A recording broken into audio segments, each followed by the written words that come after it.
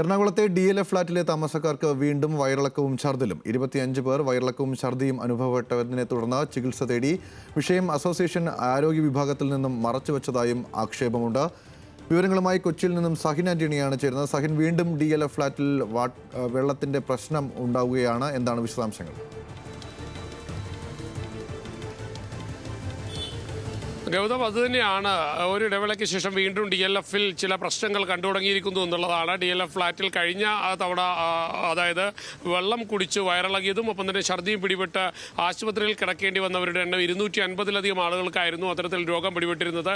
ഇപ്പോൾ കഴിഞ്ഞ വെള്ളിയാഴ്ച മുതൽ 25 പേർക്ക് രോഗം ഉണ്ടായതായാണ് മനസ്സിലാക്കാൻ കഴിയുന്നത്. എന്നാൽ ആരോഗ്യ വിഭാഗത്തിൽ നിന്നും അവിടുത്തെ ഫ്ളാറ്റിലെ അധികൃതർ ഇത് മറച്ചു വെച്ചതായുള്ള ആക്ഷേപവുമുണ്ട്. എന്തായാലും ആരോഗ്യ വിഭാഗത്തിൻ്റെ പരിശോധന ഫ്ളാറ്റിൽ ആരംഭിച്ചു കഴിഞ്ഞിരിക്കുന്നു. ഒപ്പം തന്നെ ആശാ വർക്കർമാരുടെ സർവേയും ആരംഭിച്ചിട്ടുണ്ട്. 25ഓളം പേർ കഴിഞ്ഞ വെള്ളിയാഴ്ച മുതൽ ഛർദിയും ഒപ്പം തന്നെ വയറിളക്കവുമായി ആശുപത്രിയിൽ ചികിത്സ തേടിയിട്ടുണ്ട്. DLF ഫ്ളാറ്റ് നമ്മൾക്കറിയാവുന്നതുപോലെ തന്നെ അസോസിയേഷനെതിരെ രൂക്ഷമായ വിമർശനം ഉണ്ടായിരുന്നതായിരുന്നു. ഫ്ളാറ്റിലെ താമസക്കാർ തന്നെ പലരും കോടതിയെ സമീപിച്ചു, പോലീസിനെ സമീപിച്ചു, കേസെടുക്കണമെന്ന് ആവശ്യപ്പെട്ടുകൊണ്ട്.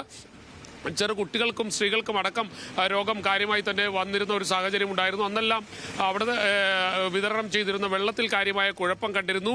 എന്നാൽ ഇപ്പോൾ വീണ്ടും അത്തരത്തിലുള്ള കുഴപ്പങ്ങൾ കണ്ടു തുടങ്ങിയിരിക്കുകയാണ്.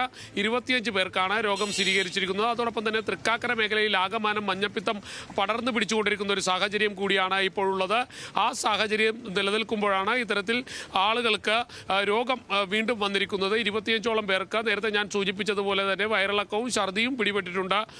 ഗൗതം, ശരി സഹിൻ, ഇപ്പോൾ കൊച്ചിയിൽ DLF ഫ്ളാറ്റിലെ വെള്ളവുമായി ബന്ധപ്പെട്ടുണ്ടായ പ്രശ്നത്തിൽ വീണ്ടും ഫ്ളാറ്റ് നിവാസികൾക്ക് പ്രശ്നം നേരിട്ടിരിക്കുന്നു എന്നുള്ള വാർത്തയാണ് പുറത്തുവന്നത്. വിശദാംശങ്ങൾ നൽകിയത് കൊച്ചിയിൽ നിന്നും സഹിൻ ആന്റണി.